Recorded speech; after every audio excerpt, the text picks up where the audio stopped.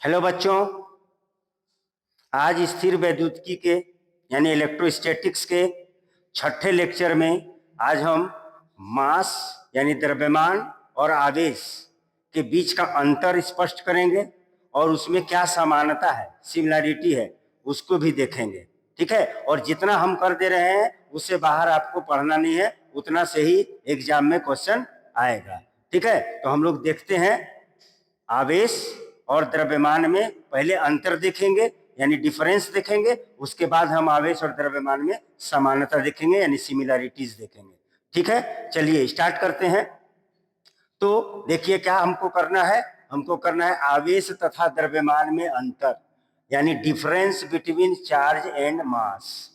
ठीक है, तो यहां पर देख लीजिए क्या है, आवेश है और यहां पे द्रव्यमान है। पहला गुण, पहला अंतर है कि आवेश जो है वो मूल राशि नहीं होता है, यानी 7 प्रकार के मूल राशि हैं हमारे पास, उन 7 में आवेश नहीं है। ठीक, तो आवेश मूल राशि नहीं होता है, तो कैसी राशि होता है सर? तो वो व्युत्पन्न राशि होता है। ठीक, जबकि द्रव्यमान 7 मूल राशियां में है द्रव्यमान, तो द्रव्यमान का है मूल राशि होता है। ठीक, तो क्या बोला जा रहा है, आवेश मूल राशि नहीं व्युत्पन्न राशि होता है। ठीक है, द्रव्यमान मूल राशि होता है, हमने बता दिया है। अब दूसरा प्रॉपर्टीज बोला जा रहा है, दूसरा जो है अंतर, वो बोला कि आवेश धनात्मक और ऋणात्मक हो सकता है। आवेश धनात्मक और ऋणात्मक हो सकता है। ठीक, दूसरा में क्या है, आवेश 2 प्रकार के होते हैं। आवेश 2 प्रकार के होते हैं। कौन कौन होते हैं?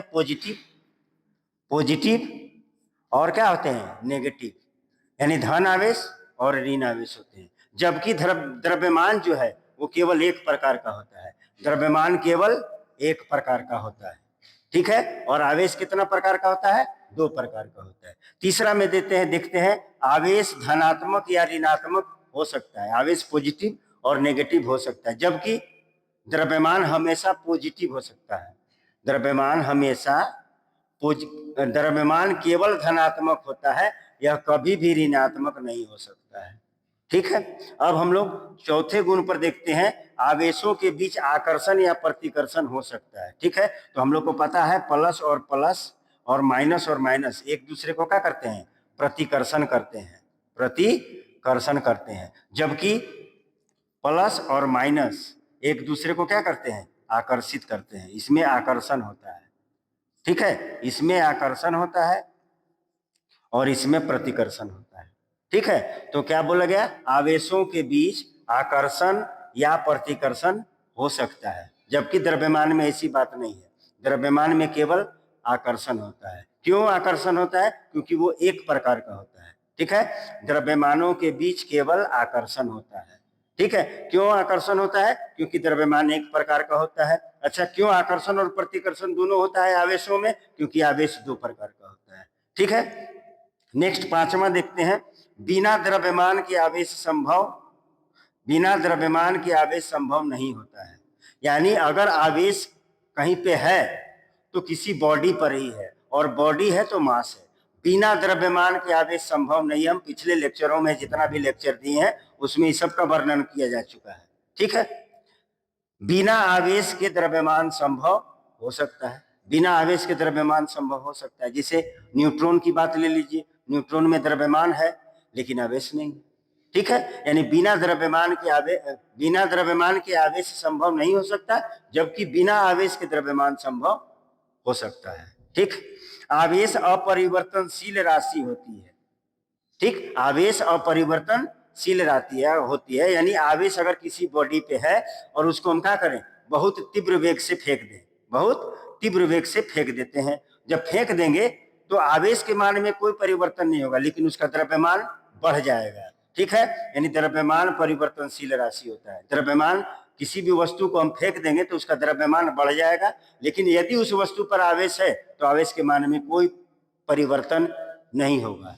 ठीक है, चलिए नेक्स्ट में देखते हैं 7वां में। ये देख लीजिए, ये 6 प्रॉपर्टीज है, इसको आप उतार लीजिए या स्क्रीनशॉट ले लीजिए। अब हम 7वें प्रॉपर्टी पे चलते हैं। 7वां प्रॉपर्टी बोलता है कि आवेश संरक्षित राशि होता है। हमने पढ़ चुका है पीछे, आवेश एक संरक्षित राशि होता है, ना उसे बना सकते हैं और ना ही उसे नष्ट किया जा सकता है। आवेश एक संरक्षित राशि होता है, उसे केवल एक वस्तु से दूसरे वस्तु पर स्थानांतरित कर सकते हैं। जबकि द्रव्यमान संरक्षित राशि नहीं होती है। द्रव्यमान ऊर्जा में बदल जाता है, ऊर्जा द्रव्यमान में बदल जाता है। ठीक है, तो द्रव्यमान संरक्षित राशि नहीं होता है, लेकिन द्रव्यमान को हम एक वस्तु से दूसरे वस्तु पर स्थानांतरित कर सकते हैं। द्रव्यमान संरक्षित राशि नहीं होता है। अब नेक्स्ट क्या है, आवेश क्वांटमीकृत राशि होता है। हम लोग पता है Q बराबर NE पढ़े हैं। ठीक, आवेश एक क्वांटमीकृत राशि होता है, यानी किसी वस्तु पर अगर यदि आवेश है तो वह इलेक्ट्रॉन का पूर्ण गुणज होता है। ठीक है, अच्छा, इसके बाद बोला जा रहा है द्रव्यमान क्वांटमीकृत राशि नहीं होता है। ठीक है, कुछ लोग बोलता है कि द्रव्यमान क्वांटमीकृत राशि होता है, तो उसको अगर हम लोग को फॉर्मूला लिखना होगा तो हम लिखेंगे कैपिटल M लिख दीजिए, मास बराबर, ठीक है, N into mass of electron. इससे भी सवाल बनता है, कहीं कहीं बनाते हैं लोग। ठीक है, यानी जिस तरह से यहाँ पर Q बराबर Ne है, उसी तरह से यहाँ द्रव्यमान बराबर N into mass of electron होगा। ठीक, लेकिन 99% केस में जो है वो द्रव्यमान क्वांटमीकृत राशि नहीं होता है। लेकिन अगर आपको बोल दे निकालने के लिए उसका वैल्यू द्रव्यमान किसी बॉडी पर, तो आप इस फॉर्मूला से निकाल सकते हैं। चलिए आगे देखते हैं। 9वां नंबर बोल रहा है आवेश अपने चारों ओर विद्युत क्षेत्र, आवेश अपने चारों ओर विद्युत क्षेत्र, चुंबकीय क्षेत्र और ऊर्जा के रूप में विद्युत चुंबकीय तरंग उत्पन्न करता है। जब विराम में होता है तो केवल विद्युत क्षेत्र, जब एक समान चाल से चलता है तो विद्युत क्षेत्र चुंबकीय क्षेत्र दोनों, और जब आवेश में त्वरण होता है तो अपने चारों तरफ ऊर्जा के रूप में विद्युत चुंबकीय तरंग उत्पन्न करता है। ये सब पिछले लेक्चर में आपको पूरा डिटेल में समझा दिया गया है, बता दिया गया है। ठीक, आवेश अपने चारों ओर विद्युत क्षेत्र, चुंबकीय क्षेत्र तथा विद्युत चुंबकीय तरंग के रूप में ऊर्जा उत्पन्न कर सकता है। ठीक, लेकिन द्रव्यमान जो है, ठीक, द्रव्यमान केवल गुरुत्वाकर्षण क्षेत्र उत्पन्न कर सकता है। द्रव्यमान अपने चारों ओर केवल गुरुत्वाकर्षण क्षेत्र उत्पन्न करता है। ठीक है, चलिए आगे बढ़ते हैं। 10वां में बोला जा रहा है आवेश विद्युत चुंबकीय प्रभाव उत्पन्न करता है। सही बात है, विद्युत चुंबकीय प्रभाव उत्पन्न करता है, जबकि वो गुरुत्वाकर्षण प्रभाव उत्पन्न करता है। जबकि द्रव्यमान का है गुरुत्वीय प्रभाव उत्पन्न करता है, जो पदार्थ की मात्रा, द्रव्यमान का होता है पदार्थ की मात्रा, और जड़त्व को प्रदर्शित करता है या निर्धारित करता है। जितना ज्यादा द्रव्यमान वो जितना उसका जड़त्व ज्यादा, जितना कम द्रव्यमान उसका जड़त्व कम। जड़त्व के बारे में 11 में पढ़े होंगे आप। ठीक है, चलिए नेक्स्ट देखते हैं। अंतिम अंतर, 11 अंतर हमने लिखा है, इससे बाहर नहीं आएगा। किसी भी वस्तु पर नेट आवेश शून्य हो सकता है नेट आवेश शून्य। जितना प्लस उतना माइनस ले लीजिए, नेट आवेश शून्य हो सकता है, क्योंकि आवेश प्लस और माइनस, धनात्मक और ऋणात्मक दोनों होता है। किसी वस्तु पर द्रव्यमान कभी भी शून्य नहीं हो सकता है, कभी भी शून्य नहीं हो सकता। अगर कितनों तोड़िएगा तो परमाणु तो जाएगा ही यार, अब परमाणु में द्रव्यमान होता है, तो द्रव्यमान कभी भी शून्य नहीं हो सकता। नेट द्रव्यमान कभी भी शून्य नहीं हो सकता, लेकिन किसी वस्तु पर नेट आवेश शून्य हो सकता है। तो ये हमारा क्या था, ये हमारा था आपका आवेश और द्रव्यमान में अंतर हो था।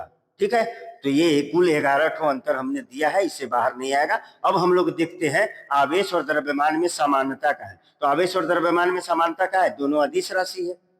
ठीक है, तो उसमें 5 समानता हमने पेश किया है, और इस 5 से ज्यादा आपको नहीं आने वाला, ना ही है।